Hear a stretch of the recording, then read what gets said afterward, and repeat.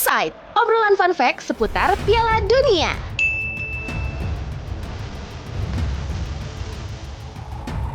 Kenapa ya suatu negara bisa ikut main di Piala Dunia? Apa karena negaranya besar? Atau karena penduduknya banyak? Kalau emang karena itu, harusnya semua negara bisa lolos dong. Tapi faktanya nggak sesimpel itu. Untuk setiap negara yang ingin bermain di Piala Dunia, harus melewati proses kualifikasi yang sangat panjang dan sulit. Bayangin, di Asia aja, di bawah AFC, ada puluhan negara yang bersaing. Tapi yang lolos hanya segelintir. Yang berarti, satu kesalahan, satu kekalahan langsung menghapus peluang tersebut.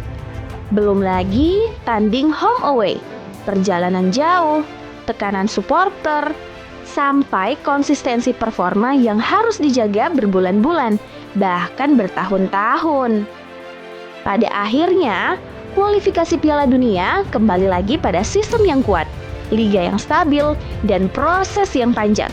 Bahkan, negara seperti Islandia pun bisa lolos meskipun merupakan negara yang kecil. Lalu, bagaimana dengan Indonesia?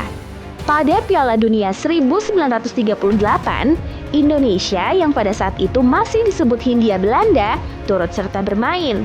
Jadi pertanyaannya sekarang, bukan lagi kapan Indonesia akan bermain, akan tetapi kapan Indonesia kembali bermain.